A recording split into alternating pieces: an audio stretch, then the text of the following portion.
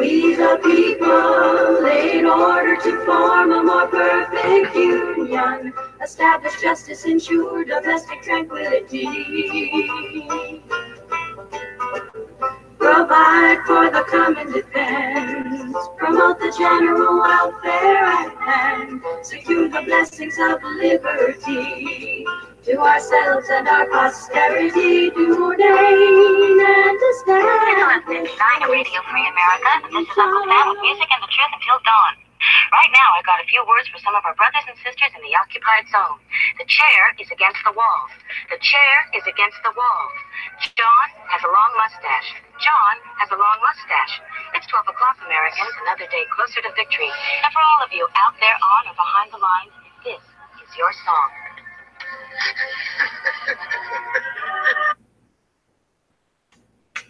Oops, and welcome everybody to our Daily Gun Show. Come to you live each weeknight at midnight Eastern. And we talk about guns for about an hour. It's sometimes longer than that, and it's sometimes quite a bit shorter than that.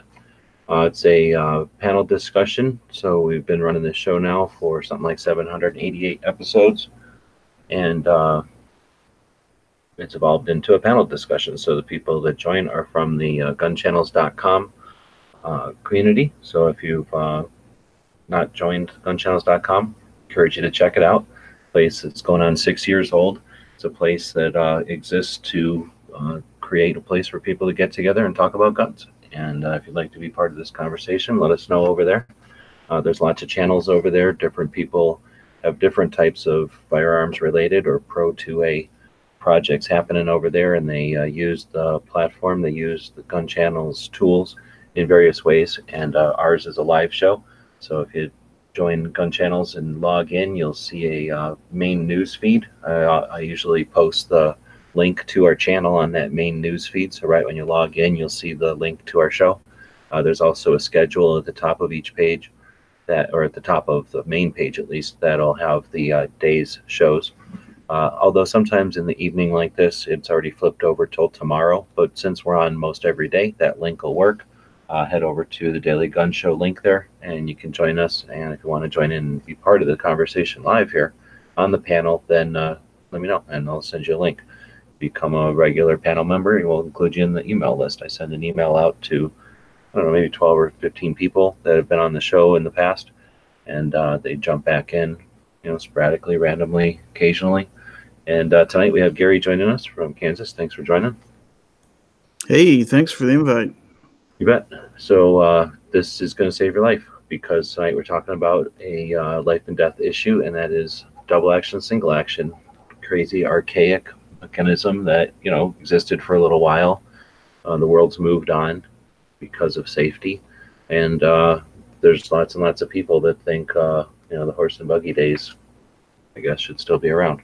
So that came up, and that topic came up in Matt's chat earlier, and he blew it off. He couldn't handle the topic. It was too hot for him.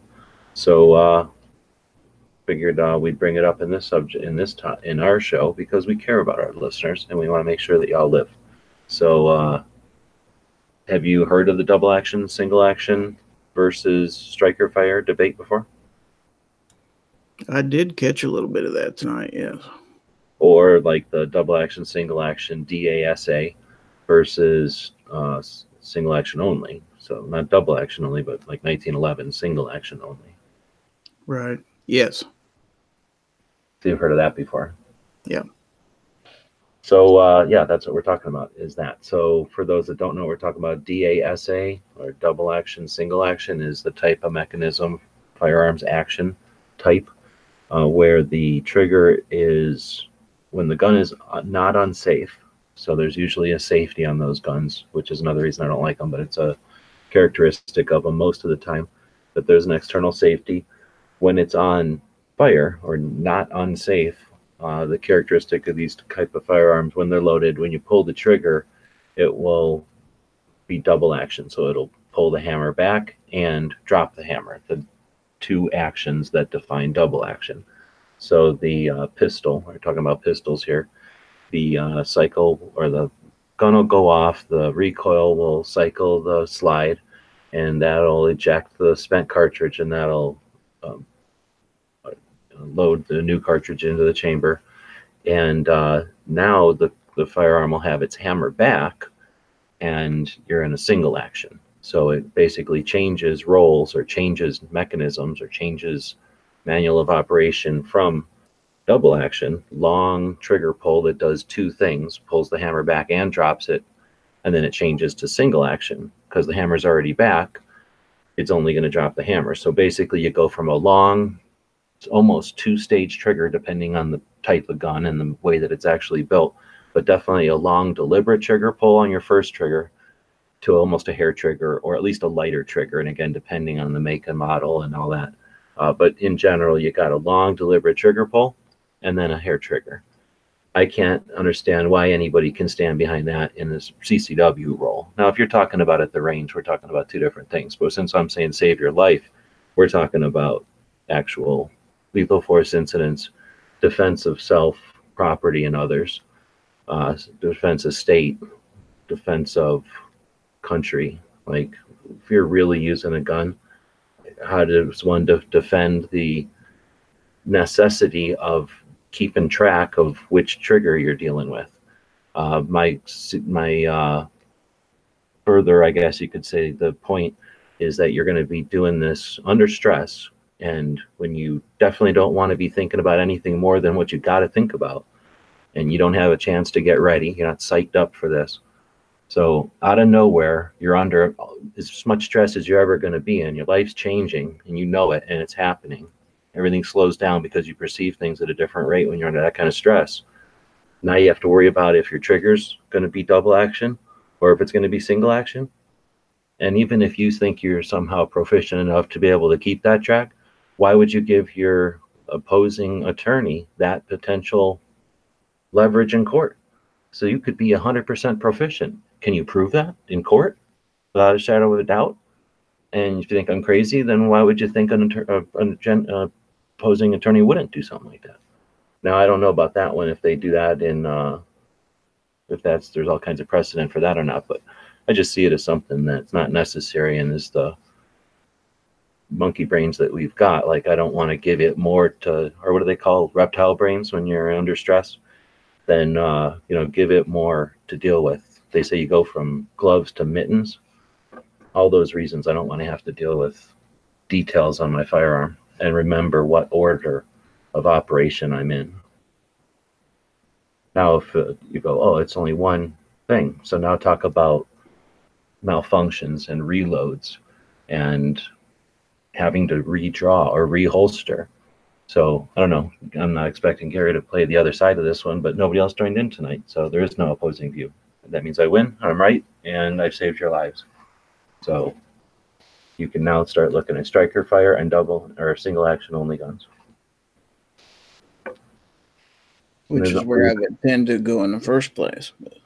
Yeah, well, I don't know why anybody would choose the other, unless you're talking about going to the range and playing with like a Colt Python or something. Yeah, Colt Python, don't go nuts. Who cares? Well, it's one thing to have such a gun and take it to the range. It's another completely different thing to count on that being your primary means of defense. I mean, I have lots of guns that are fun to take to the range and shoot, but I'd never, defend my life with them.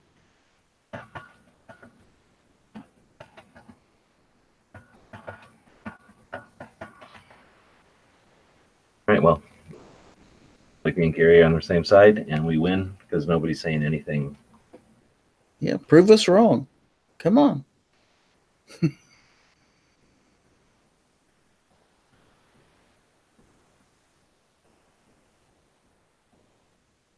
Well, 1911s are single action only. I'm not suggesting strike. I do personally like striker fire. Some Pete is saying you can keep your silly plastic guns. So he's quoting that one movie. I forget what movie. That wasn't Marshall's. Or was it? No, it wasn't Marshall's. Marshall's, he was saying to get a Glock, wasn't he? He was saying get rid of your shiny gun or something. But he's saying get rid of your plastic guns. There's lots of metal guns that aren't double action, single action. I really liked double action, single action when I was, I don't know, just enamored with the operation of it. I thought it was neat. But all the things I thought were neat about it are crippling under stress. So I don't like having external safeties and having to remember what position it's in. And then it's absurd to suggest that you're going to be able to keep track of the position of your external safety, which usually has wings and knurling on it, under duress and under, like the actual hands-on fight. So people think you're doing some kind of gunfights like in the OK Corral or something, where you're nowhere near the person or you're at like some reasonable distance. Often gunfights are when the person's beating the shit out of your face, like in those situations, you can't control where the Murphy's Law puts your external safety. Somebody's got hands on your gun. You're going to give them a lever that makes your gun inoperable. That's the exact time your gun better freaking work no matter what, at least one round in a pistol. Yeah, I've thought about that now. I haven't been carrying for years and years and years like some of you have. But, I do sit and think about what if and stuff like that. And the important thing for me is if I take that gun out in a self-defense situation, it's literally a matter of seconds before I either lose my life or save it, one or the other. And any failures that could happen need to be eliminated. So that's why I carry what I do. I mean, fairly simple. You get it out, you aim, you pull the trigger. There's nothing else to do. And it's going to be the same every time, like you say. Mm-hmm. Which means I know what to expect with that trigger no matter what.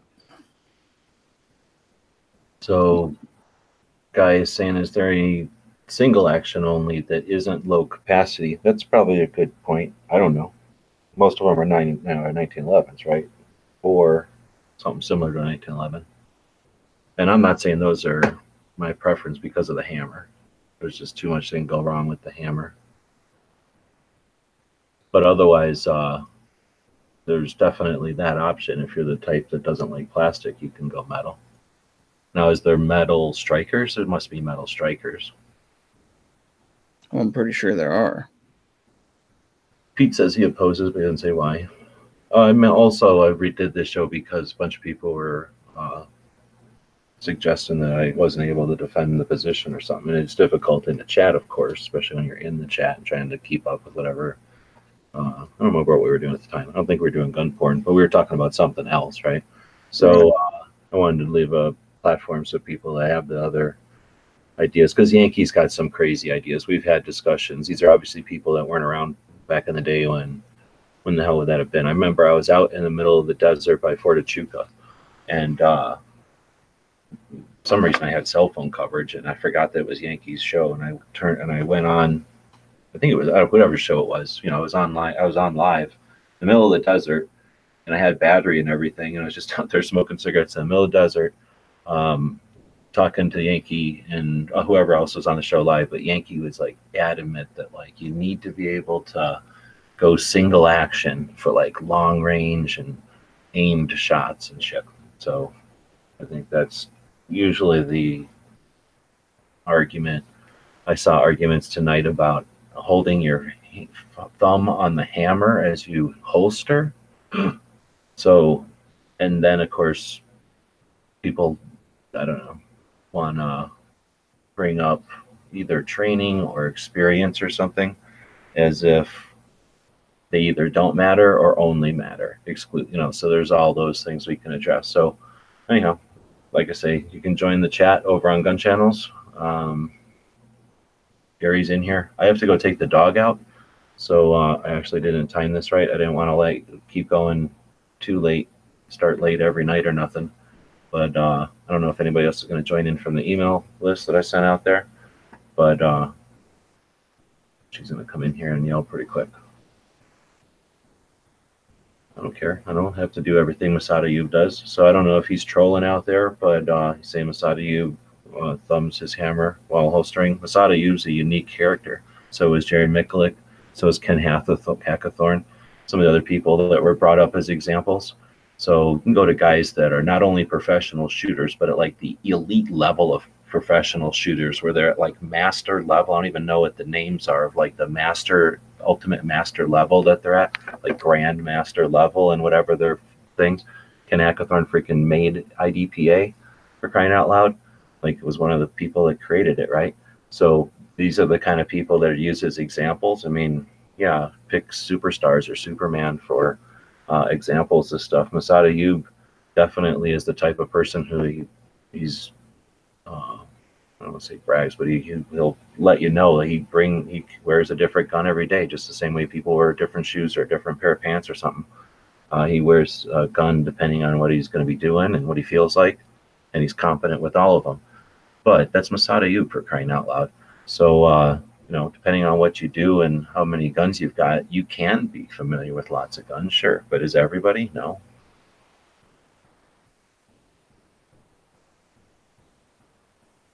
Wouldn't want to carry a 1911 cocked and unlocked. Well, nobody's suggesting that. Yeah, single action needs a safety, which is another reason why I don't go with a 1911 either. But a 1911's competent, and it lasted us through a couple of world wars and a shit ton of military actions. I still think it's better, double or single action only is better than double action single action. Dead Horse is out there, maybe he'll jump in. Maybe he's got an opinion on double action, single action.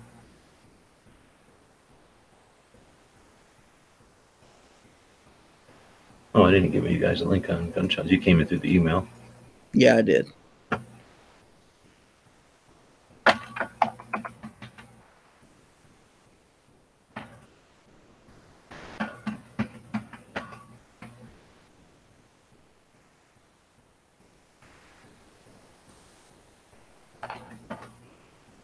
Rick's out there. A bunch of people that turning green out there. Yeah, come on in, guys. Otherwise, yeah, we don't have to keep going all night. Hell, Gary doesn't have to run the show. You said you got to work tomorrow, or no? No, I'm leaving for Tulsa tomorrow. Oh, snap. So, yeah, you got things to do. That's probably why Dano ain't in here. Yeah, I got some packing to do in the morning.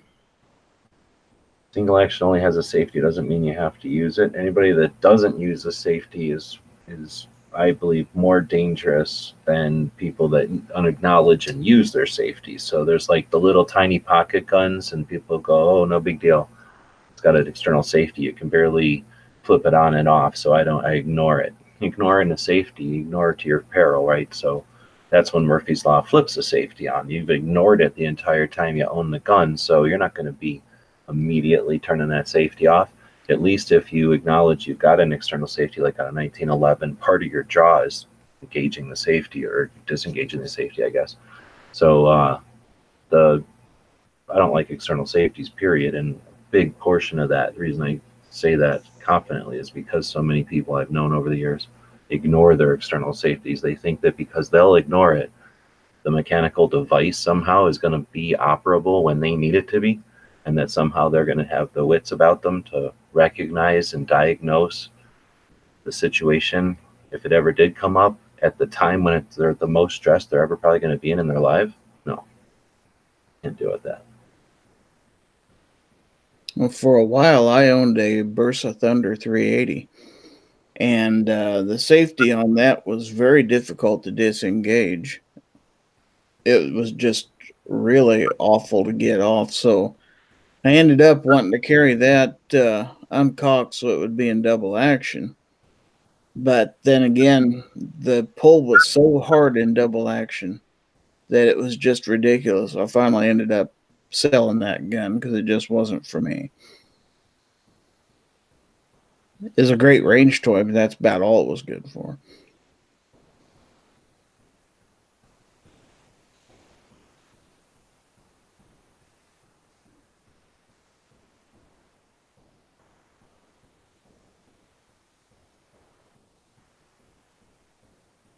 All right, well, so now I'm thirsty and I want to take the dog out. There's my cigarettes out in the van, and I couldn't get them.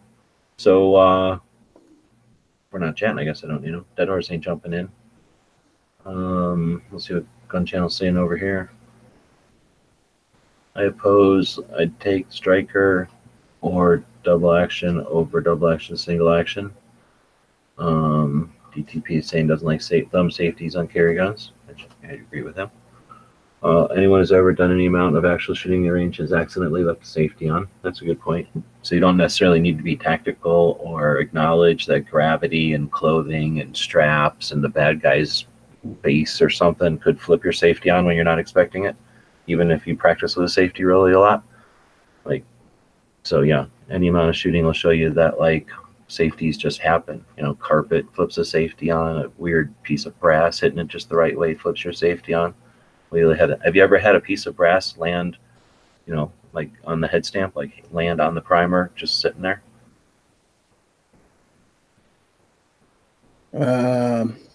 Yeah. Okay, so that's two of us. So think about that. Like weird shit happens. But like you'd think if you've never seen it happen, you'd be like, yeah, right. I mean, it must happen, but yeah, right. Everybody I've asked has probably seen it or seen it at a range or something.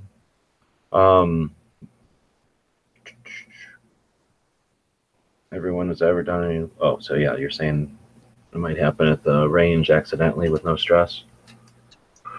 You're saying decocker only is the way to go. I don't even know what guns are decocker only. Is that Smith & Wesson's? Probably SIGs.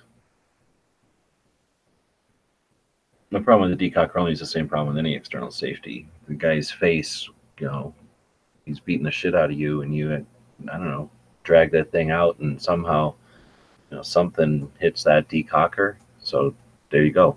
You put a giant big lever on your gun. Half the time it's freaking ambidextrous. Like, hey, we don't have enough levers on our gun to disable it. And then boom, you throw a big lever on there and it's disabled. What if you have to shoot a guy after you've beat him in the face with your slide? Most Berettas. That could happen. Most Berettas are convertible. Yeah, they're convertible by pushing that little lever on the side. All you got to do is grab somebody, the opponent's block with your left hand, and your thumb is in the exact spot to shove that little lever down and take their slide with you. Doesn't matter if there's a round in it or a magazine in it or if it's unsafe or if the hammer's back. It'll always disassemble. And so all Berettas are convertible because you can just take their slides off the top of them. The decocker gets stripped, it still goes bang. Then you've given your opponent a weapon. Well, you definitely just screwed with yours, though. Right. I just don't understand that. I mean, it's super easy for cleaning it. Yay. And I guess it definitely has that over other guns. You can take it right apart. But at least do something to make it so that, I mean, I guess it's probably never happened just walking through the jungle. But I don't even want to say that. Like, 'cause it's so easy. All you got to do is push it and turn it. People think I'm crazy, but try it 2 or 3 times on a Beretta, and you can just do it to somebody else's Beretta. Don't do it to people's Beretta. They get really, really, really, really mad when you do it to their Beretta. I'll bet they do. So that's what we have on the gun channel side. We'll go back over to the YouTube side. And they're talking about shooting a SIG Legion. Having slippery fingers, decocking. Decocker only guns work like a Glock. First shot, then subsequent shots have a cleaner trigger. So I don't know. I'm trying to think of if I've shot decocker only. I must have, but I don't remember them having a different trigger. Would they have a different trigger? First and subsequent shots? Oh, decocker only. So yeah, there's still single action, double action. It's just that they don't have a hammer. They just have a shrouded hammer or none, and then a decocker. That's not good. Then you can't even fiddle with it. What do you think about those revolvers with shrouded hammers? The kind of where you can still fiddle with the hammer, I mean. Like, not the kind where it's just double action only. Means that you can kind of take your thumb and pull it back if you want to. It's almost like in a track, yeah. Like right. It's completely shrouded, but you can. There's still like it's in between, like it's the stuffing of an Oreo. I've never shot one, but that might be kind of the best of both worlds type thing. You don't have that big hammer getting in your way, but you can still get to it. Mm-hmm. And that I'd have to think about it because I don't like them. Because of the way you get to them. You can't get to them, I guess. They get stuck. You know, revolvers don't like being in the middle. They like being one way or the other and getting to one way or the other as fast as possible. You know, so it's not really A lot of revolvers hate it when you kind of slowly pull the thing back, kind of creepy. So that happens with those sometimes because you don't really get a lot of purchase on that little tiny hammery looking slider thing. So I don't know, but otherwise, yeah, it gets rid of most of the other issues. But it's not, well, if it's double action, well, no, it can't be. It's still going to be, no, it's going to always be double action, basically. Those kind are usually always double action. You can make them, well, it's going to be double action, single action, so screw that gun. No. Yeah. I'm sure they are double action, single action. I mean, I like the idea of pulling back a hammer for an accurate shot, yes. Shooting single action, I acknowledge that, but the disadvantage is the risk you have. All right, well, so is there any cartridge that's best suited for double action, single action? Yeah, we all know what that cartridge is. 45 ACP for single action, yep. And it doesn't have anything to do with what people will shoot. It's we're talking about what'll get you killed. And too many people walk around confidently thinking that they're weak-ass, old-fashioned steampunk gun that seems neat to fiddle with, like a Rubik's Cube, will get you killed in real life. So that's the goal tonight, is to save a bunch of people's lives, get them off of the DASA.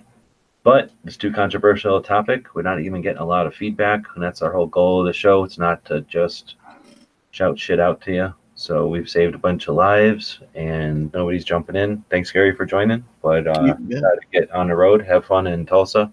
I really, really tried. I was like, I got some numbers back, and I got the taxes and stuff, and it's not like it's a sure thing. But I'm like, I'm going to put it on the credit card. What's the big deal? Yeah. It did not go over well. I've done that too many times. So, yeah, I'm not going to be there. But I hope you all have a good time. And if you need anything from like a remote, setting up a show or helping with something, let me know. And hopefully everybody has a productive show. They don't owe us nothing. We owe them for the table, for the what do we call it? The access they give us with the press passes. And hopefully we can help them with getting the word out about how awesome that experience is, how often that show is. Sounds like Dano's driving tomorrow. Cycle's probably not in here because he's probably flying or getting ready. Let's see. Sarge and them are taking off tomorrow. I know that. He's saying Striker has terrible trigger. Heck yeah, they have terrible triggers, but triggers are like down at the level of, I don't know, very low, the color of the gun. Like triggers are not that big a deal for a working gun. But yeah, like DTP said, terribly consistent. So that's what matters more, is something that works. And then it's provable. You can have theoretically the nicest, most fragile, comfortable, ergonomic thing in the world. It's never seen any kind of actual use. Then it's all just chat. There's plenty of guns that have been seen use, and you can hate the fact that they've seen use all you want, but seeing decades worth of actual use and plowing through and remaining consistently the strongest well after all the influential marketing garbage that got them their foot in the door. So the haters ignore a lot of the real life data and speculate on a lot of the others. Now, we do have a lot of data on double action, single action, which is why I think they can confidently say that it's old fashioned and pointless. The people that do.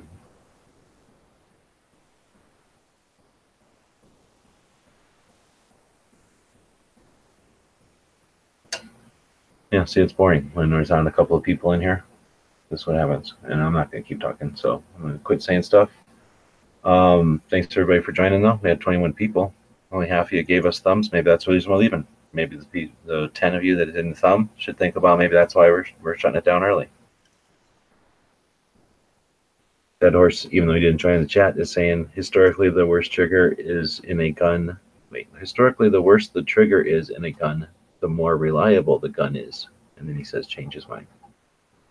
And then he said Caltech, which is a good one, because Caltech's had bad triggers. Yesterday saying Knob Creek is the 12th and 13th, so that's awesome. I would plan on attending as well. And we haven't talked about the calendar in a while, so we'll talk about the calendar real quick. Got the Defending Freedom Action Summit this Friday. Got Wanamaker's Gun Show coming up this weekend. Gary's probably aware of that. Got the A Girl and a Gun National Conference is coming up on April 11th. The Knob Creek shoot you're talking about is on that weekend as well, 12th. Same weekend, the Clash Bash is happening down in Texas, which sounds like it should be pretty cool.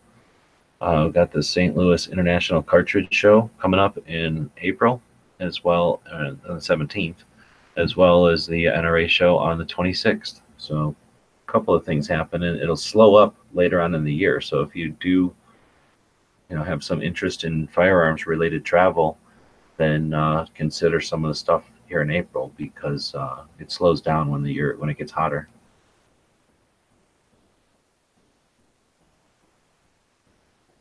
Don't we have NRA coming up later in the month? I thought I said that one. Yeah, NRA is on 26th. I mean, there are some things coming up after that still, but we'll talk about them later. So, all right, well, yesterday's going to go live from the firing line. Yeah, do it. We can do it at Big Sandy. I'm sure they've got it at Knob Creek. I'm going to get the impression it's a little closer to civilization. Although you got some terrain there, right?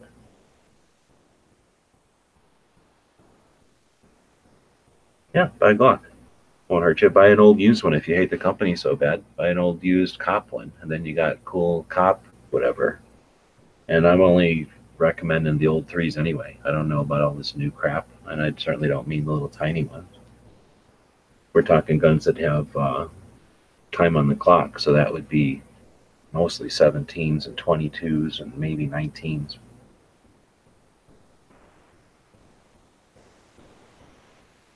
All right, well, I'm trying to... Oh, I'm on Top Chat. I don't know if that really changes anything. I'm thinking about getting one for mag sharing with the PCC. I don't know what that means. Oh, there's Dead Horse. Yeah, he's saying it's in a natural bowl, so that's what I was thinking. It might be sunken down. That's the one place when we were driving around in 2012, we had really good coverage pretty much everywhere except for in Tennessee, Kentucky, where it just kind of ducked down below into like a river valley or whatever, and would come back up and we'd lose it for a bit. So what do you think, Dead Horse? Will double action, single action get you killed? I think it definitely can. I mean, I think it comes down to the individual, the specific individual, and their skill set and training. Because I think a lot of people have used double action single guns and have had no problem defending their lives and others for, 50 years, right? Like that, they've been around forever. So it's not like they can't work. It's just they take, I think, more training, and people aren't necessarily more mindful of that, right? They don't realize that, like, oh, this gun might require a lot more training and thought put into it for me to use it successfully versus something like a Glock, right? Which doesn't have any levers or switches or anything I got to worry about. So there's definitely a difference there of, of skill set, to use them properly, right? So, I think you have to just kind of look at yourself and be an honest judge of yourself. Like, hey, what kind of level am I at? How much training or practice do I have? Is this the right gun for me? Like. Right on. That's a good way to say it. So number one, we're all in the same agreement that we're right and it will get you killed. But I'll change it from will get you killed to can get you killed. Because like you said, just because you're using a double action, single action, you might still live. Like there's a good chance most of the time you're going to live. But if there's Murphy's Law can screw with something, you're just giving Murphy more stuff to screw with is all. So there's more potential. You've got just as much chance to not die, I guess. But you've got a little more potential for something to fuck up in the midst of it. And like you say, most people don't experience that stuff when you're just sitting there at the range minding your business. Like there's nothing comes along and flips your safety off for you to have to worry about, and you have all the time in the world to flip it back on. And as much as you'd like to think people train at the range 2 or 3 times a month, it doesn't happen for a lot of people. I mean, some people, some people probably fire 50, 100 rounds through their gun and they think, hey, I'm good. Now, I have something that really bugs me that people bring up about double single action guns. And that's the second strike capability. I always see people bringing up the double action, single action. Oh, but I have second strike capability, and that's going to save my life. Like I saw a test where something like only 63% of center fire ammunition that didn't go off with the first primer strike went off with the second one. And I'm thinking about in a life and death situation, the time it takes to just to do that second strike and then if it doesn't go off, then having to, rack the slide and chamber a new round and all that versus the very first time it doesn't go off. Let's get a new round in there right now, right? Like Right. that kind of mindset versus, oh no, let's depend our life on this second strike capability. Even though this round has already failed us to go off once, let's try it. Let's waste the time to try it again, kind of a thought mentality. That bugs me about double single action. Like people think this second strike capability is like a lifesaver or something. I think that's more likely to, cost you your life than training to chamber. Oh no, this round failed. Let's get a new round in there right now, right? I mean, that thing's already failed to go off once and it's going to hit the primer in exactly the same place. That's what I'm saying. So like that whole second strike capability, that bugs me. Like that, I think that's something that can cost you your life. Like having that kind of thought process or hearing that from somebody, right? And then thinking, oh, this is a legitimate thing. Like, no, I think that's something about a double action, single action that can cost you your life.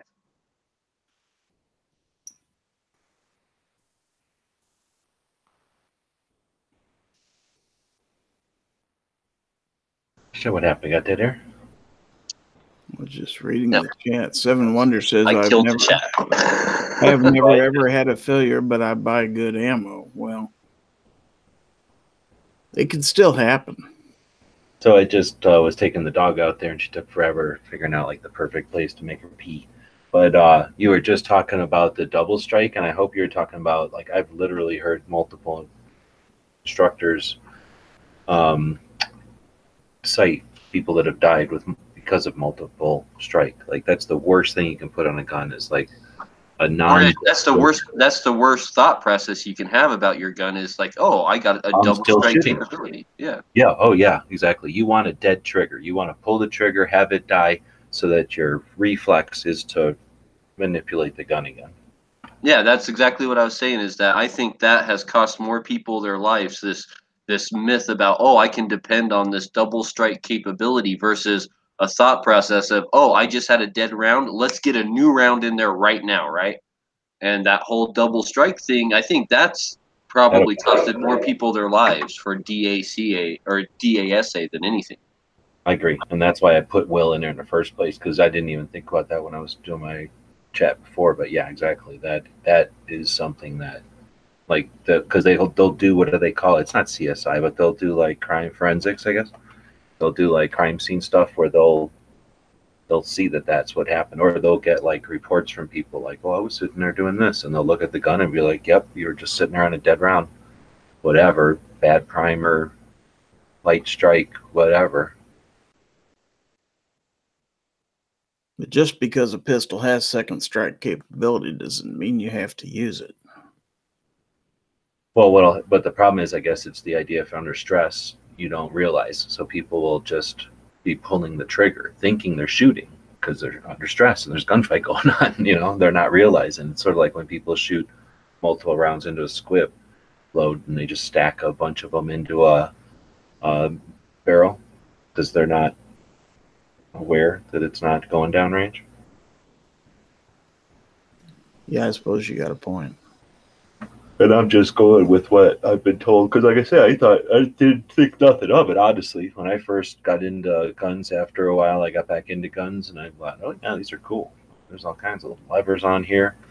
Oh, for a while I was like, oh, this is good because if some bad guy picks it up, it'll take them a while before they figure out how to work it. With the Ruger P85 or P95 or whatever, P89.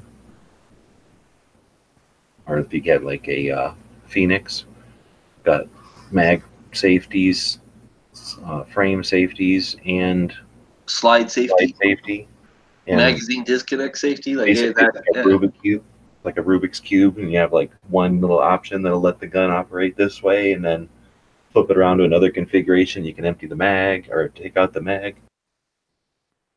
I actually found that gun to be a good training tool for the kids because, you know, you hand that gun to them and they basically have to learn about all the different safeties that are on all the different guns, but just on one gun, right? They're like learning everything at once, you know, so that when they go to other guns, they're like prepared. Oh, like, oh, this gun has this safety and this gun has this safety. So I thought that Phoenix was actually a good training tool for the kids because it kind of just, it teaches them about, oh, these are the 10 different safeties guns can have.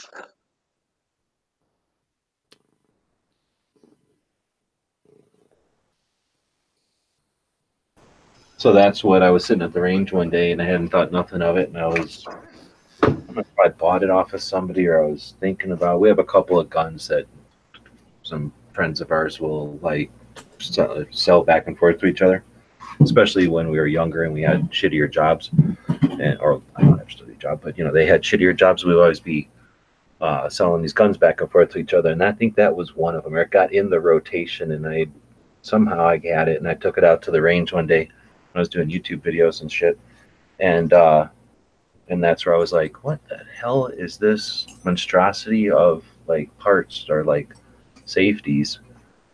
You know, like actually I'd used the gun before, and like you say, it's sort of like you don't even think about how dumb it is because, you know, it's not that hard to figure it out, and you figure it out and then you just kind of go, and you keep moving, right? You keep shooting something else, right? So that time I was literally focused on it, and I'm like, what the hell are they thinking? That was my first thought. I was like, this is dangerous. Like, this is such a unique manual of arms that it's not safe anymore.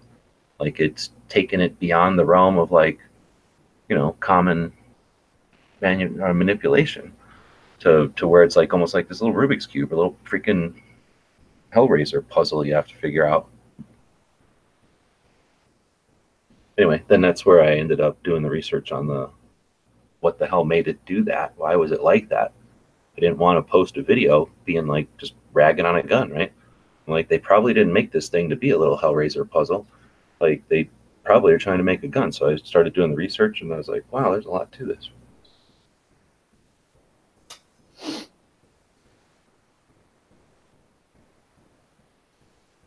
I don't know. The little Phoenix I have, like, I always heard that those weren't good guns and all sorts of stuff about them.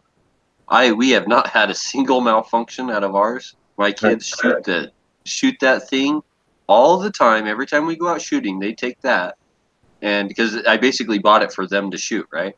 And I mean, that thing just runs like a top. It shoots a little high, right? Like at 10 yards, it shoots a little high, but it's perfect left to right, and that thing is just, I mean, it runs like a top. It really, really does. It does not miss a beat.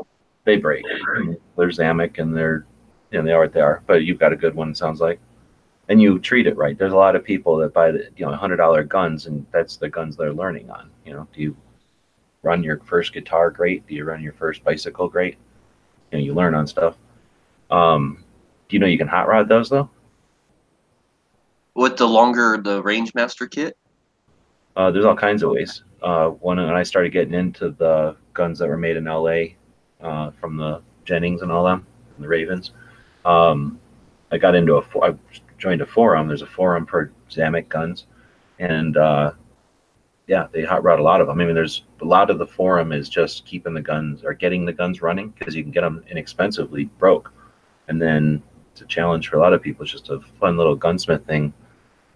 You know, it's like lockpicking or something. It's just a little hobby, I guess, to get these things cheap and then acquire a bunch of parts dirt cheap and get working guns made out of them.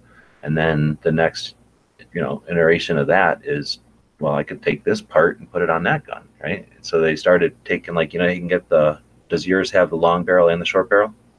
Just the short barrel.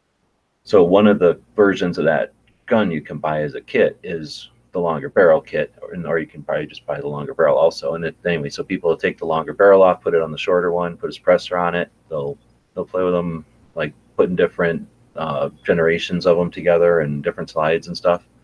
So you can get into them as much as you want, and they're pretty simple. I mean, they're basically Browning. Sorry, they're basically Browning guns with made out of Zamek, so they look bigger because they need more metal to function. So metal's a different density, but there's nothing to them. There's like probably 12 parts, 13 parts or something to them, including the grip Not panel. very many parts at all. I want to say, yeah, it's something right around a dozen parts. It's under 20, including screws and springs. It's not very many, so that you can manufacture parts and modify parts. People will go in there and hone them up. If you like playing with triggers and stuff, that's definitely a challenge. And they're $50 guns. Broken, they're $20 guns. And like, if you want to get into, like, let's say tinkering with guns and working on guns and all that, do you go out and buy like a $500 or $1,000 gun that's like someone selling that has a problem or issue or is broken, or do you go out and buy a $50 or $100 gun that might have an issue, and then so I think that these cheaper guns, that's what I started out tinkering on. I think a lot of people do. It's a good entry into the field, right? To start to play stuff, because really, if you screw something up, you're only out $50 or $100 or something, right? If you toast the gun, So well, and it's really hard to ruin it because you've got the majority of the parts you can reuse, and they're, like you say, $50 guns. So you just buy another $50 worth of parts and assemble another gun or two out of it, and keep going. And there's definitely a lot of them. They play with the 9s too a lot, 380s and the 9s, because they can swap stuff. I don't really pay attention to the bigger caliber ones, but they play. The only reason I got mine is I actually went to a guy's house and I was buying a different gun, like a Smith & Wesson, and then the guy all of a sudden pulled that out and it was like, "Oh, I forgot I got this gun too. If you want it, you can have it for $40." And I was like, "Oh, okay, $40 for a little 22. That was worth it to me, right?" And that gun runs like a top for $40. And that's how I came across that gun. I didn't even go out with the mindset to buy it, because I probably never would have bought that gun. Honestly, I probably, just because of what I heard about it, I probably never would have bought that gun, except for I was kind of like put into a place there with the right price and right time, and picked it up, and I don't regret it one bit. Like, I really don't. I actually kind of want one of those Rangemaster kits for it now. I really do. I think the kids would probably enjoy that. Yeah, I mean, the kids like the ability to go from the short barrel to the long barrel, so easily. It's just a neat little, it's like James Bond. Yeah, and I think I've seen those barrels for like as cheap as like $30. Oh yeah, they're nothing. Especially when the gun breaks underneath them, then people sell the parts for nothing. Because there's certainly people that buy those things and have no interest in fixing them, so they'll just sell them for nothing. You can get like Benchmade guns, where this guy at the SAR show, some Hollers Review show, he's not there every year, unfortunately, but he'll have, like, I keep saying, he has like basically comic book boxes, and you thumb through them, and it's just like thumbing through comic books, but it's just a bunch of baggies, and they're like, guns after Benchmade got through with them, so it's like no frames, but all the other parts.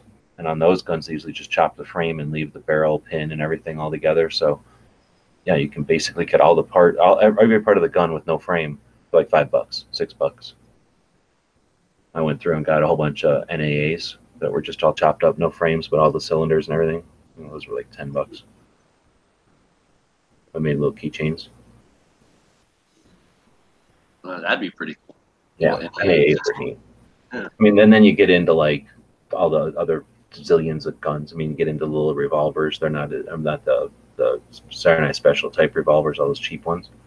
But then you get into like fancier guns, but those, accordingly. Like if it's a $300 gun chopped up, it's $200 worth of parts or something. It's not going to be as cheap.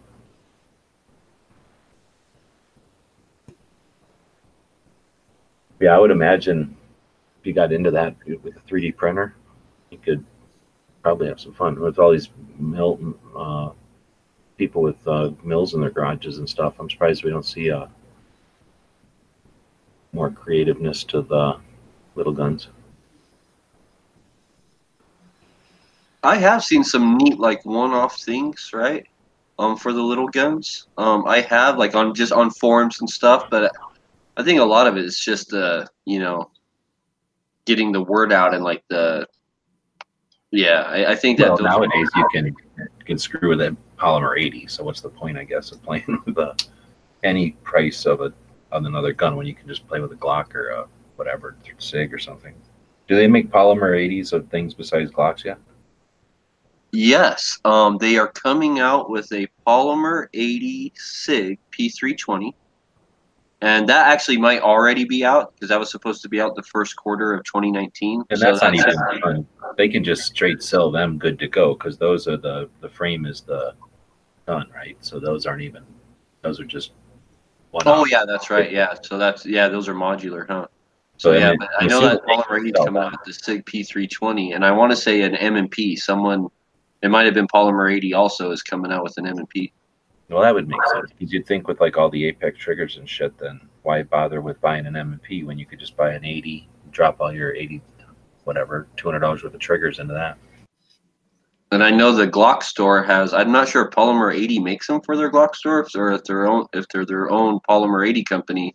But the Glock store has like their own kind of brand of Polymer 80 stuff under a different name, and they look slightly different. And they have like Glock 43 frames now, and like the really small Glock frames and stuff. And I don't know if they're doing anything different, but I know that they're doing the baby Glocks.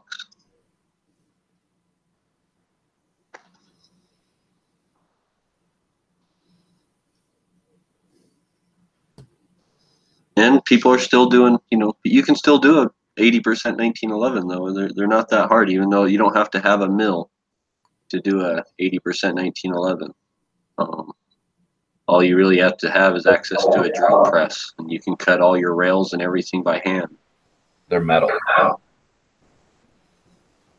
Well, I know. I'm saying like you can still do. It's even just because they're metal doesn't mean like a 1911 is that hard.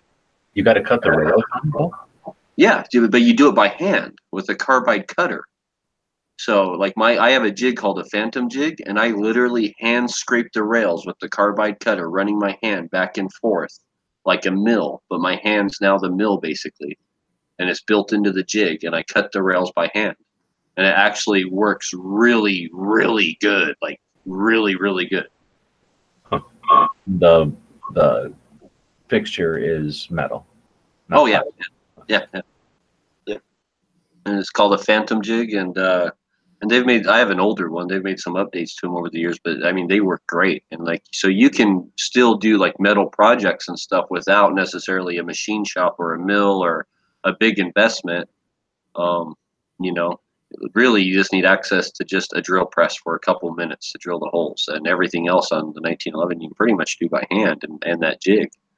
So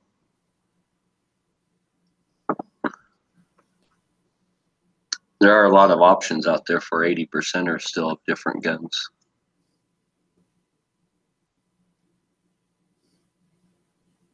I'd be curious for like someone to kind of step their game up for the AK world of 80%ers. Make it easier to do kit than just like a bolt up kit that uses bolts for the rivets. Oh hell no! You're talking about AK? Yeah, I'd be interested in a My kitchen table 80% stuff kit. from Toth is old, and that stuff I can do it with just a vise. I mean, a vise makes it easier. You don't even need the vise, but a vise and a ratchet, and that's it. Some sockets, and you can build the whole AK with just that. You do all your riveting and everything with tension of screw tension. So you pop your barrels in and out that way. I think all that tooling was about $500. But you're talking using like bolts instead of rivets, right? Yeah, everything was pressure by torque, so I guess screw tension. So you smush all the rivets by just with a socket set. You pop the barrel in and out with sockets. Of course, you would need a drill, like you're saying, if you're going to drill a barrel pin or something, you're going to need a drill. Of course, a drill press would make it a lot easier, or possible. You wouldn't do that without a drill press. But as far as just a populated kit, like if you had a regular kit that was coming off of a barrel and back onto the barrel, so you didn't have to worry about barrel population, drilling pins through barrel material, then you wouldn't even need a drill press. You could do the whole thing on your kitchen table with those Toth tools. And there's other options. I mean, some of them were the rivets on the front trunnion you do with the big new jaws in a Harbor Freight bolt cutter. So that's, I guess, not a ratchet or whatever. That's just squishing things with a bolt cutter, but that works great. And then the trigger and the rivets for the rear trunnion end up really nice because you're doing them so slow with the screw instead of like a press or something. They look great, and compared to anything I ever did with like a actual air riveter, holy crap, those look like shit compared to what my last build was with the kitchen table stuff. That's good to know. Just everyone everyone always makes it sound like, man, like it is just so dang hard to do an AK. Like it's just,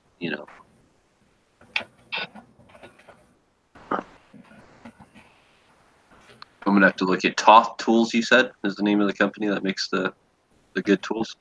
Huh? You said Toth Tools is the name of the company. Yeah. You see the side chat?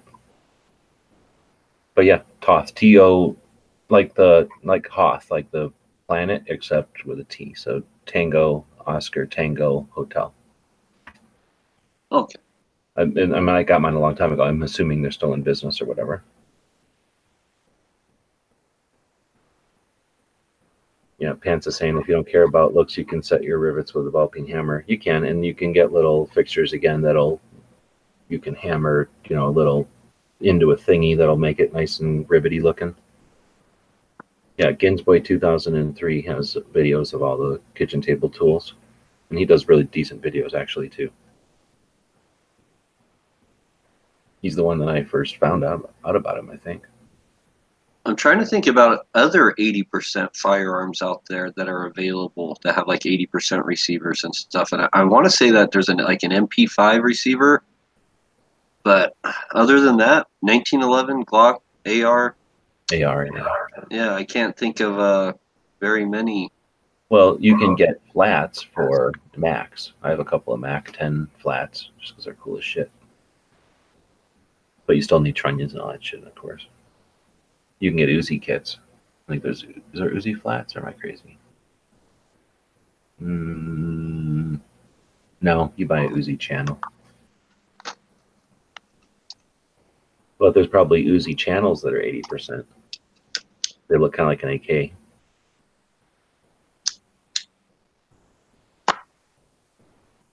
Is there FAL 80%ers? Yeah, see, I have no idea. I've never been into those guns, so I only ever built one FAL, and it was big, heavy. I mean, it was neat to own it for a minute, and then as soon as I built one, I wanted like the wood one and then a collapsible stock, and I was like, nope, I'm done. Like, I gotta get the hell out of this. There's no way I can start down FALs. There's too many of them. But the fucking right arm of the free world, it's pretty fucking cool gun. But I only ever bought, I built mine on a receiver. I didn't 80% or anything. Looks like Todd is a new subscriber. Welcome. I think we're right around 1,000. So I think we're like 11 away from 1,000. What does it say? Yeah, won't tell me. But appreciate the subscription on the YouTube side.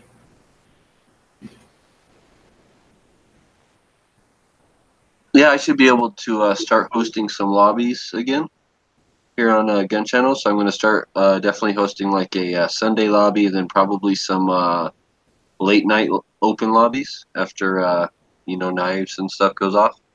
Cool. I got my business internet hooked up today. Oh, really? Yeah, so I have unlimited data now. Very cool.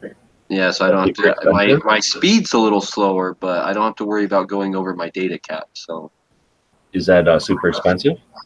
It's actually way cheaper. Really? Yeah, so my average bill was $122 a month before for cable and internet through Xfinity, and $122 a month.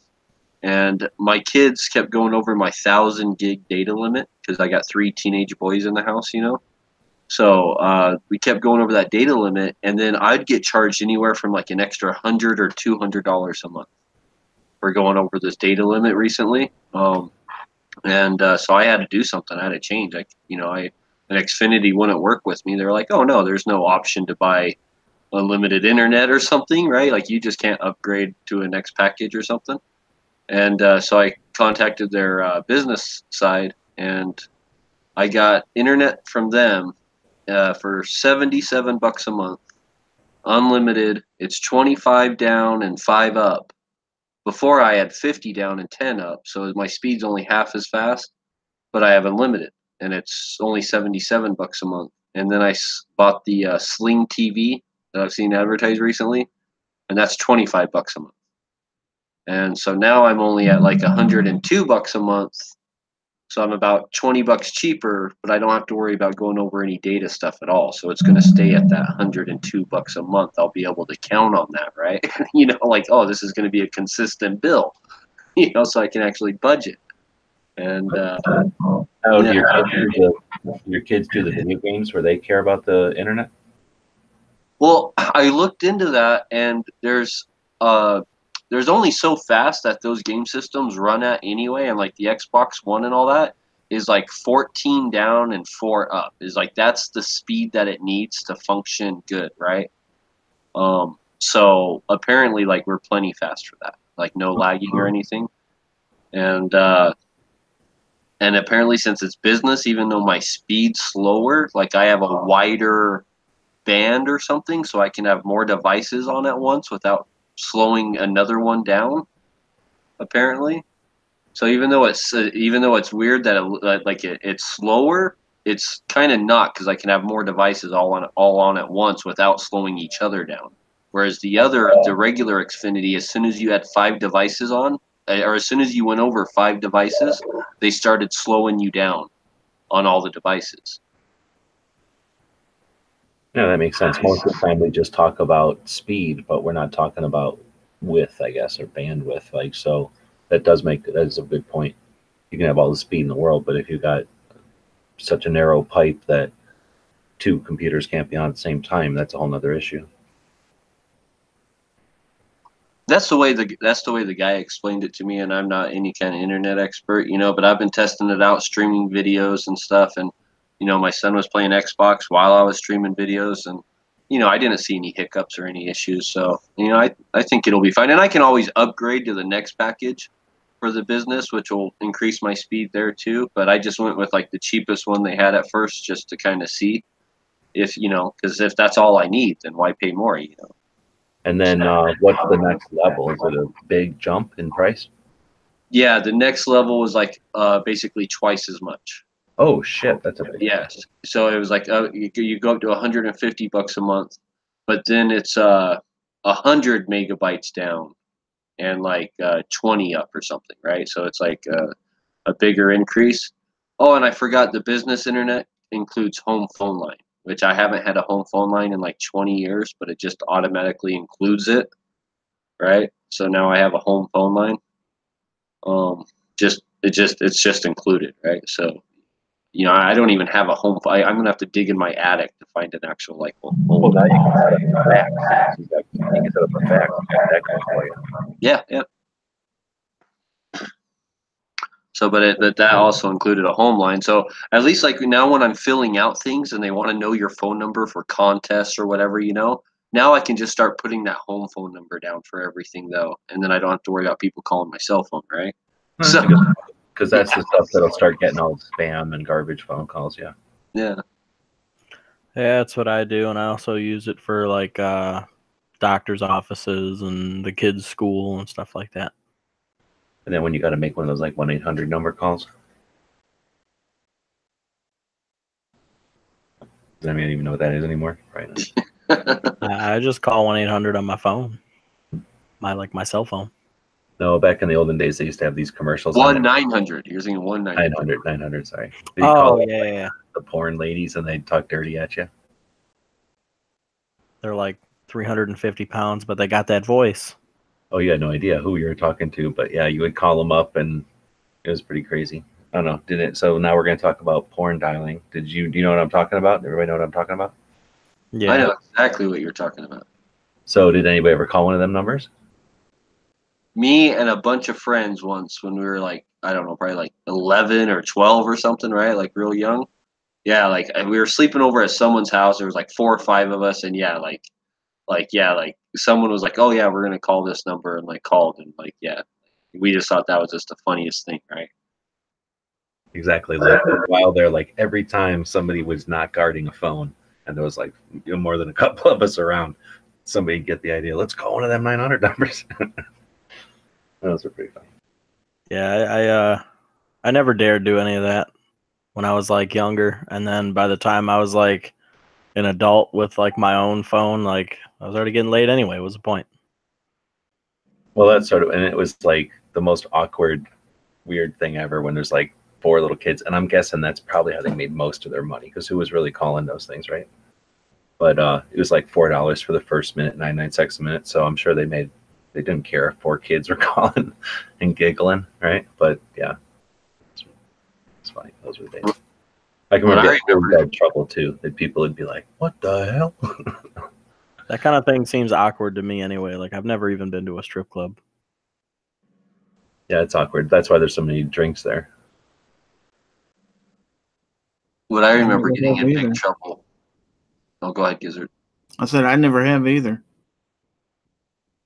I remember getting in super big trouble for this thing when I was a kid, and it was like, oh, you can choose like any 10 cassette tapes or CDs for like 8 cents, right? And it'd be like this mail order like catalog thing or something, right?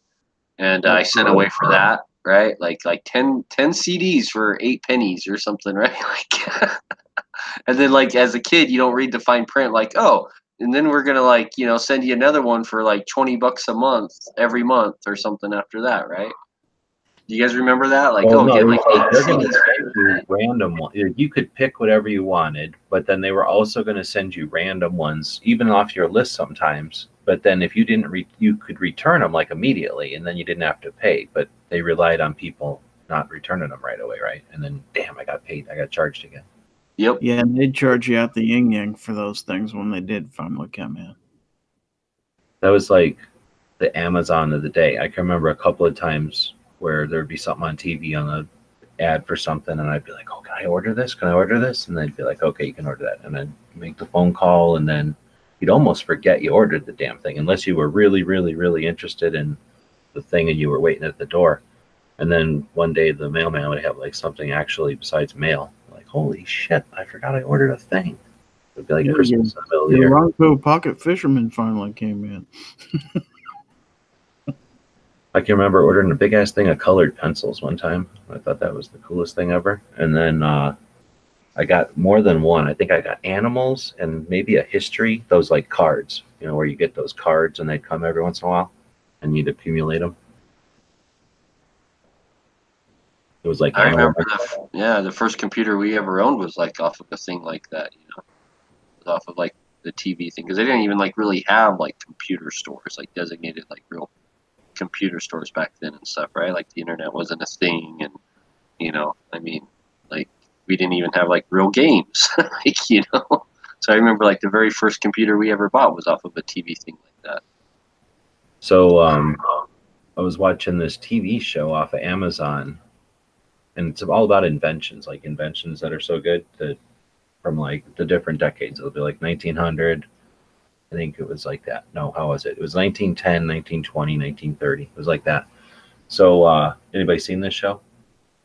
And they just kind of they'll wing through a whole bunch of them, like, oh, this is when dental floss happened, or this is when silly putty got made, and then it'll be like, here's how post-it notes happen, and there's like maybe 10 minutes, or not even that long, 5 minutes on where post-it notes came from, which is a really interesting story. And then it just whips through like 3 or 4 more, and then it'll go in depth into another one. So one of the things that went in depth into is video games. So does anybody? I mean, I've seen like an Atari show, and I've seen plenty of Silicon Valley or whatever they are shows about like the development of the transistor and the various companies like that created the internet and stuff.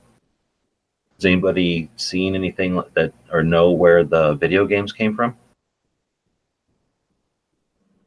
I saw a documentary on Netflix about video games, and There's a couple of really good ones on video games. They're really cool. One on the history of Atari, I can remember seeing that.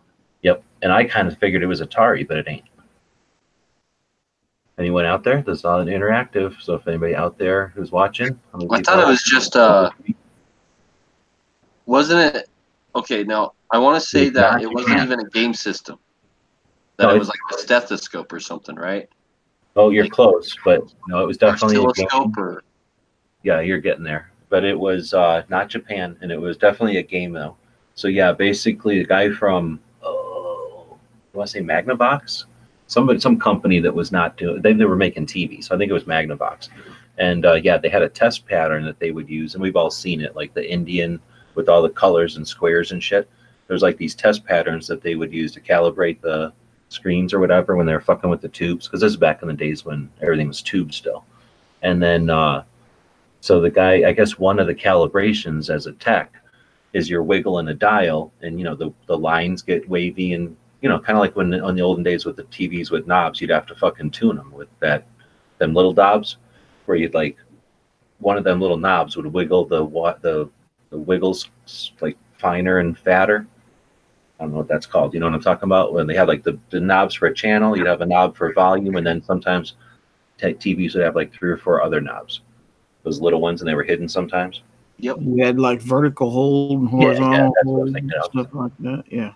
So basically, he's got probably a little more control than we do when he's fixing the tuning. You know, like the tubes in there.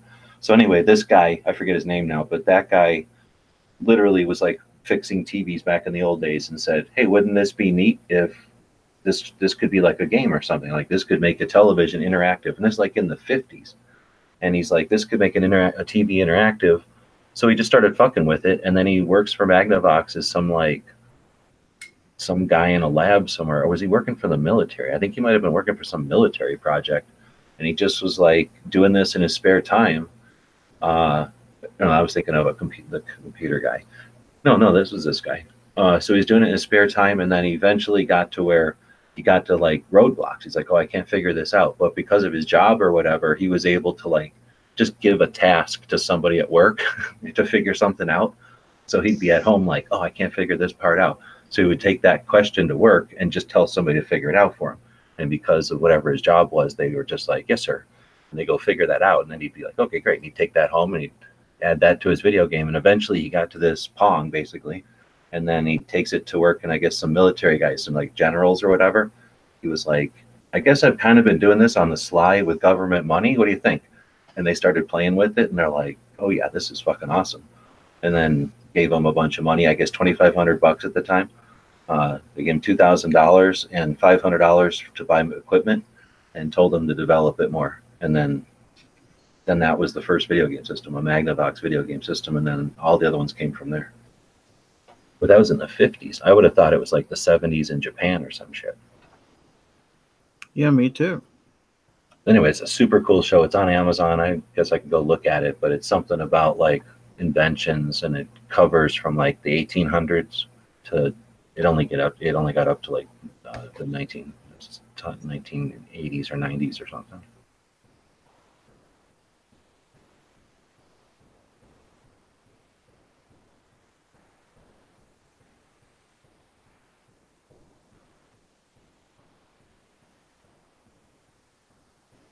"50% of my sisters were in grade school." Wait, no, 50. Both of my sisters were in grade school. Holy crap. Yeah, both my sisters were born in the 40s.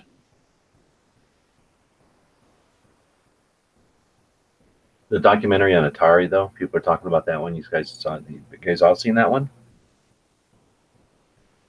No, I don't think I've seen the one on Atari, but I saw the one on like actual arcade games, right? Like on video game arcades.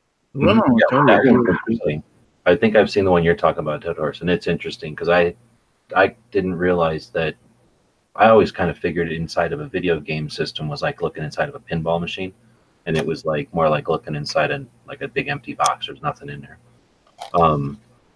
That was pretty cool though, seeing like in how like the one I'm thinking of, if we say the same one where they were like talking about how video arcades were like a thing, and like a lot of times they just talk about the tech and they don't talk about like how it affects society and like kids and shit.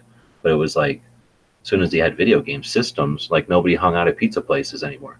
Because at least for us, you'd go to the pizza places to hang out with video games. Well, and then all the pizza places got video. I remember when there was arcade games in gas stations, right?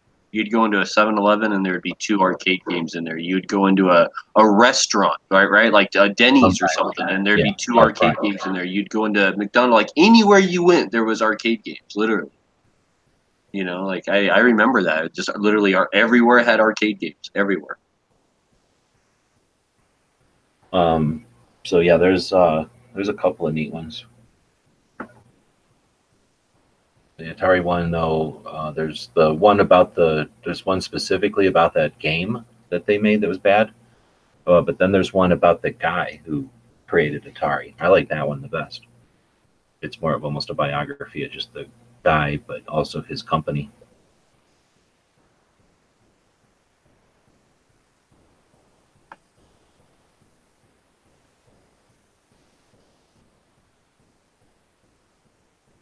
Who here owned the Atari when it first came out? The Atari 2600. We had Yep. 2600. We had ones before that though too. I wasn't alive when it came out. I bought the Yeah. 2600. I think I was about 21. Yep, I was probably about 4 or 5, and it had wood grain, like it was wood, because I had that thing all the way up until I was like, like 12 or something, right? And because that thing just worked, it lasted forever. Yeah, it did.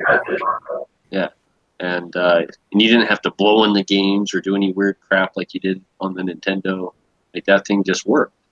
And but yeah, like it was all wood grained and like straight from the 70s, like, right? Because when I got it, it was probably it was my uncle's when I got it, so it was already like used and old. So Came out September 11th, 1977. I remember when I had it, you get it, I got it for Christmas or something probably, and then like it came in a cardboard box or something, let's say, so it would be in that cardboard box all the time, right? And you'd throw all the cords on top of it, and then I think I know I had Pac-Man, and there was like some shitty games that came with it, like the shittiest games of all, like Pong and Tank or whatever the hell the crappy ones, and then I think I had Duck Hunt. I really like the gun one, of course. Anyway, I would throw all like the 5 games I had and like the gun and the joysticks in the top of that box, and then it would just sit there like 99% of the time. And then it was like back, and this is like when I first got this thing, this is how it was. Like the TV in the house, like most people had a TV. Maybe if you were like super lucky, your parents had like another TV in the basement or something. But like the TV, like there would be like a designated time when they quit watching TV for whatever reason. And that's when you could like haul ass, grab your Atari out of that box, fucking plug it all in or whatever, and then play with it until somebody decided to watch TV again. And that was like what, Sundays from like 3 p.m. to whenever the fuck 60 Minutes came on. And then put our shit away, we're watching TV again. It's like fuck. So for the longest time, the video games were like you only got to sneak playing them every once in a while. So I never had like the fondness for them I think that a lot of people had. It was too much of a pain in the ass to play them. And then you'd eventually, like, again, we'd have people who like they'd have one in the basement or something where the parents didn't care, and then like, oh, everybody all hang out over there. But it was basically like, oh, you in line at an arcade because everybody was playing there.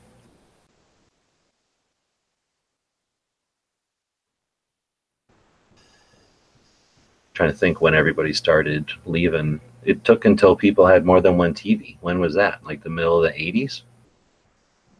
when that was really when I think the Nintendo game system came out. Because the Atari, even though kids played it, it was geared towards adults too. It really was, and a ton of adults were playing Atari. When the Nintendo came out, that was definitely more geared towards kids. That's true, because they would plug it in and play it like when you were asleep, and they had friends over and shit. Yep, and so I think it was really the Nintendo that kind of brought on our kid needs his own TV, right? So I can watch the news, and you know what I mean. Seriously, no, that's a good point, dude. Because I didn't know anybody had 2 TVs. It's like, what do we need 2 TVs for? We got a TV. We watch TV like we're watching TV. This is the TV. Well, I just know because that's what happened to me. Because when I got my first Nintendo, which was '85, right, and like right when they came out, and I remember that we had like one TV, and I remember playing Super Mario Brothers on that and stuff and other games, and like taking up the TV and kind of like fighting with the parents for the TV, like rushing home from school, you know, playing the games as long as I could before the parents were like, "Oh, my show's on," right? And then like the second, like even like sometimes in between commercials, trying to like go in there and sneak in the game and stuff, right? And yeah, and it's just always being a fight. And I think it was like literally the Christmas after I got the Nintendo, that next Christmas, I got a little 13-inch color TV, right? A little tiny TV. And it was literally that next Christmas because my parents were sick of it after that year. And it was probably all the noises. They're like, here, you go take this like out to the garage or like out in your little shack outside or down the basement or whatever, but get the fuck away from us. Yep, it totally was. Yeah, that's interesting. I never thought about it that way. But I'll bet you that was. I wonder if that had something to do with like, you know, sales or something. Like if TV sales went up as video, they must have gone up. I bet small TV sales did, like 13-inch TVs and stuff. Oh, yeah, they came out with like a slew with, like you're saying, like little ones that were basically affordable and color. And they would have they a all had built-in the plugs in VCR. front. They'd even have a built-in VCR and stuff, and they'd have all the plugs in front. Like they figured out like the only reason people are buying these is to plug their video games in. Yep. Yeah, Pants is saying he had all black and white in the basement to play in television. That was the worst, when you'd have to backwards ass into an old ass TV, and you knew there was colors there, but you weren't seeing them.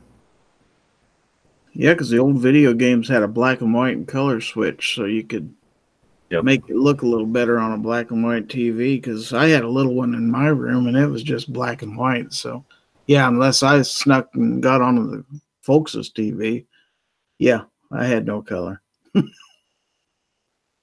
What was funny is like I say, back in the day, you had to plug, and they weren't plugging in nothing. As soon as you could work a screwdriver and shit, because you had to use a screwdriver back in the olden days to plug everything in. You had those little screws on those like two prongs on everything. Like as soon as you could hold the screwdriver and not break everything, like they weren't doing it. You had to do it all. So like years later, we would get cable TV, and they put a lock on there. Like, okay, this way you can lock your TV so your kids can't watch the cable while you're not home or something, right? And literally, I'm not even shitting you, the cable came out of the wall, it went into this little box with a key on it, and then it came out of that box with another piece of coax into the cable box. And I'm like, are you serious? You just unscrew the one cable, comes out of the wall, plug it straight into your cable box, and you're watching TV until your parents come home. You unscrew it and you plug it back into the lock, and you act like you haven't been watching cable all day. And I'm like, they're giving us this, the kids that like, we fucking had to plug in our Ataris, you idiots. Like, you don't know how these cables work, but we know how these fucking cables work. It was awesome for like, that was for years. It was like almost all the way through the 80s that was the lock on cable boxes. And your parents would think like, but I have a key on the cable box.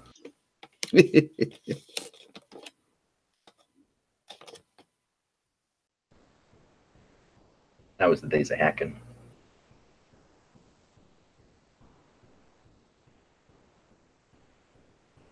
All right, well, I don't know what they're going on out there about. Are they saying stuff? Made engineers, Sony in Japan. They had a thing about the people that made Sony. You know why they called it Sony? The name Sony? Why is that? No idea. Because it was two guys, and this was they had a shop in Japan. They were like fixing electronics, and then transistors happened, and they were like chomping. According to the show, they were chomping at the bit for like some product they could sell to the USA because they knew that would make them money, right? And radios were huge at the time because of vacuum tubes. So whenever the transistor first came out, like first barely hit the market, there was two guys in Sony. I think I'm gonna call it the older guy. It's like, there's no way I'm saying their names, right? The older guy figured out about these transistors and was like, you know what? I'll bet you we can cram these into a radio. And the other guy's like, all right. And so they figure that out, and then they make this the first radio, which is like size of a little bit bigger than that could fit in your pocket. And they're like, okay, this is going to be our product to take to the United States. We got to give it a name, and that's where they came up with the name, because it had been named like their names or something. So it was Sun because of the sun, and Sunny. They thought SUNNY. They thought that was the American way for saying like vitality and youth and potential and shit. Like, so that like for them that was like a blend of sun and sunny, like the youth, like they said that's what the Americans call young kids, sunny. Maybe they did back in the 50s, but or maybe that was just their perception. Anyway, so that's where Sony comes from, and they pronounced it sunny. This is all from that TV show I seen. Oh, that's funny.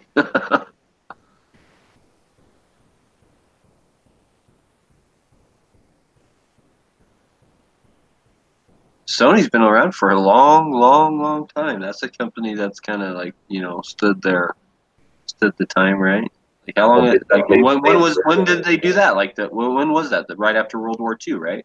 It had to be right after World War II because that's when they created the transistor. And these were like, they were into transistors before transistors could even do what they eventually did with them. They were like trying to pull stuff out of transistors that they couldn't do yet. So it sounds like, at least according to that show on Amazon, that Sony kind of contributed to the development of the transistor by not being satisfied with what the initial transistors could even do. So they fucked with them, and they didn't make it clear in that video if like that's a proprietary Sony thing or if Sony contributed that back. But then eventually I think they said Sony went to Rickenbacker. Was Rickenbacker a company that made something electronic back in the old days? Yeah, they made, what do you call them? Didn't they make jukeboxes? Anyway, I guess they went to they tried to sell their radio to everybody. Nobody would buy it because they're just two dudes from Japan with some crazy radio. And I guess this is the 50s where everybody wanted everything to be big. You know, bigger is better. So they're like, who the hell wants a tiny radio? And then Rickenbacker or I think it was them. But I was also watching the thing about the guitar, so I'm not sure if I'm mixing them up. But some company was like, yeah, we'll take this radio. This sounds like a great idea, but we want to put our name on it. And that's when Sony was like, that's the best decision I ever made. He told them to go fuck themselves, even though they were going to give them like a massive amount of money at the time for what it was, you know, who they were at the time. He's like, nope. And he said if they would have, you know, they would have never been Sony. They would have just have contributed to some other company that brought the transistor radio to the world. But yeah, so imagine they didn't really get into it in this movie or this TV show because they only touch on things for like 5 or 10 minutes. But I'm guessing obviously Sony parlayed that into, I mean, they were probably one of the first cassette radios and some of the first MP3s. I mean, I don't really know. But they've certainly made a shit ton of money, right? Well, and they've branched out into everything. They make full motion pictures now, right? Like Spider-Man and stuff, right? Like Spider-Man movies. That's all Sony. Like so. Oh shit! Yeah, I think about it even nowadays. Yeah. Yeah, like they've branched out to music. They have like a lot of the top Billboard artists in music are on Sony Records, and so Sony's just like a huge ass company, and then they own all sorts of other companies underneath them that you don't even like. You know, they own other TV companies that don't say Sony on them, but Sony owns them, right? They just sell it underneath a different name, just kind of like, you know, GMC, Chevy, Cadillac kind of stuff, right? And so yeah, Sony's like a huge ass company, man. That's interesting that that's the way they started. I never heard that before. Starting from basically a pocket radio to where they are now, man. Okay, so you want to hear about the vacuum? So where do you think the vacuum comes from? The vacuum cleaner, like the normal vacuum cleaner we're used to. Not that weird one that guy made that doesn't use a bag or nothing, like the first real vacuum cleaner. Man, I mean, I'm going to say something military. Really? Or medical. I have no clue. So this dude's job was like beating the shit out of carpets back in the day, right? Dusty and everything. And I guess that's all you could do back in the day. They had those like little kinds where, you know, I don't know what to call them. They're just like two little rollers and they have like a little pan. They just kind of roll the shit up into the pan. You have to run it back and forth. Like that was the vacuum cleaner. And then mostly just picking it up and knocking the shit out of it, knocking all the dust out. And they would do this in like the basement of places. And I don't know if the guy like worked in a rug shop or what, but or like in the bottom of a hotel. But he definitely worked in the basement of some place where his job was to beat the shit out of rugs all the time. So he was looking around and he was just fiddling, and he took the ceiling fan and took it apart, and took the motor and ran the little rollers from that first little vacuum that already existed, and put the electric motor on there. But it made like a shit ton of more dust. Like it just, made a cloud of dust. So then he built like a little shroud, and then took the blades off of that same ceiling fan, and made a little like fan inside of this little housing that would suck the dust and shit, and then it would blow it out this hole. So he took a pillowcase and shoved it over that hole, and then whenever like he knew it was full, they said, because it would just pop the pillowcase off. So he stuck with that for a little bit and showed it to some guy who had money, and he's like, "Yep, let's make this." And there you got, boom, back. Oh, he took it to his brother-in-law, whose name was Hoover, and you're done. That's vacuum cleaners. Like, holy shit, just some dude who got sick of like beating the crap out of rugs in a basement, took a ceiling fan apart, and then took it to his brother-in-law named Hoover. But then that other guy came along later and made the bagless kind with the vacuum or whatever. What's his name? Dyson. Dyson, yeah.